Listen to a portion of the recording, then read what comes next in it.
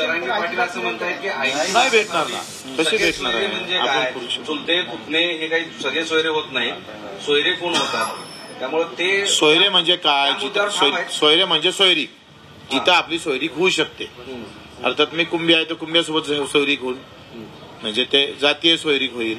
आपल्या जातीतली सोयरीक आहे ना ते, किंवा तेली असेल तर तेल्यासोबत होईल, माळी असेल तर माळ्यासोबत होईल. प्रश्न असा आहे की ते त्या मतावर ठाम आहेत. 2 मिनिट, त्या मतावर ठाम आहेत, याचा अर्थ तुम्ही त्यांच्या मताबरोबर नाहीत. मनोज जरांगे पाटील बरोबर आहे, मी मताबरोबरच आहे.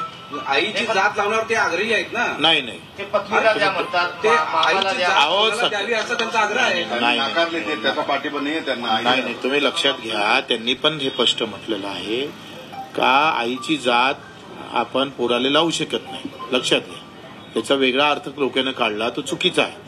त्यांचं सगळे सोयरीचा अर्थ कसा है? काका, पुतण्या, मामा, मावसी. थोड़ा 2 मिनट थामतो का? 2 मिनट. अमृत नोनी आर्थो प्लस, ये एक प्रूवन फॉर्मूला है। इसमें मौजूद नोनी फल के गुण और आयुर्वेदिक जड़ी बूटियां शरीर को जरूरी पोषक तत्व देने के साथ साथ हड्डियों और जोड़ों के घिसने, उनमें होने वाले सूजन और दर्द को रोकने में मदद करता है। दर्द मुक्त जीवन के लिए अमृत नोनी आर्थो प्लस। एक मुद्दा असा आहे की आता या क्षणाला मामानी मावशीला कसं मिळणार?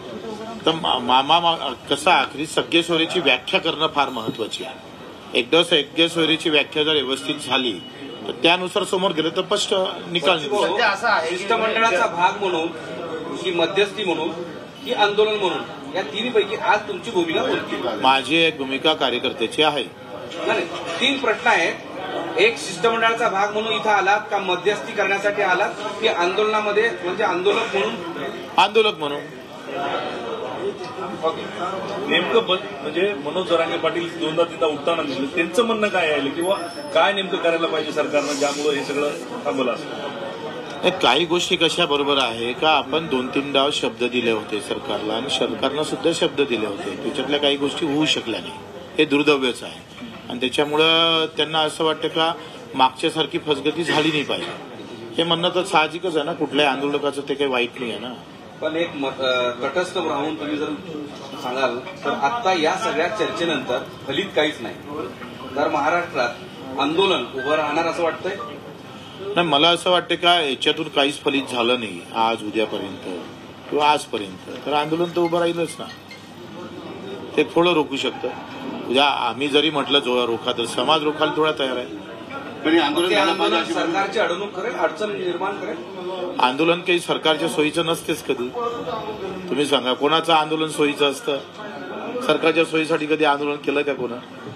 तुम्हाला वाटतंय आंदोलन झालं पाहिजे कार्यकर्ता म्हणून? नाही, माझं काय म्हणणं आहे, आंदोलन होणं नाही होणं हा दुय्यम गोष्ट आहे. आखरी समाज म्हणून न्याय भेटलं पाहिजे ही प्राथमिकता आहे, ती झाली पाहिजे. या न्यायासाठी आंदोलन झालं पाहिजे.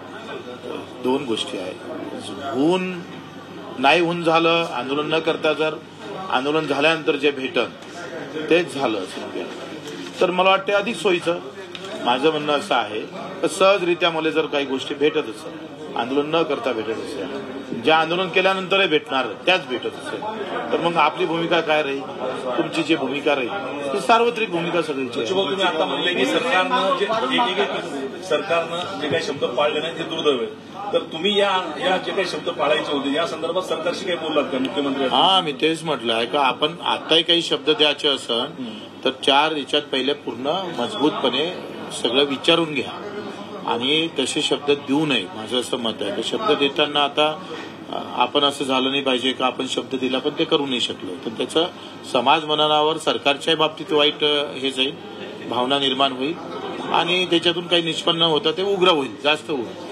आखरी आमचं म्हणणं असं आहे का जे शब्द द्यानंतर ते झाले होत असेल तरच द्यावं.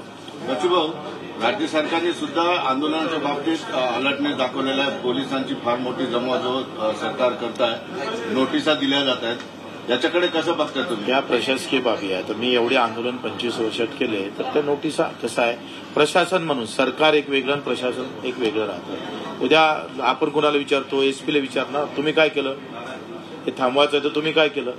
आधी हा प्रशासकीय भाग आणि निर्णय घेणं हा सरकारची गोष्ट आहे. त्याच्यामुळं यार बोलू दे ना, अरे जायचंय ना, पण तुम्ही जा ना, तुम्ही बाकीच्या नकाला घेऊन चालले असं थोडी. आंदोलक म्हणून तुम्हाला काय वाटतंय?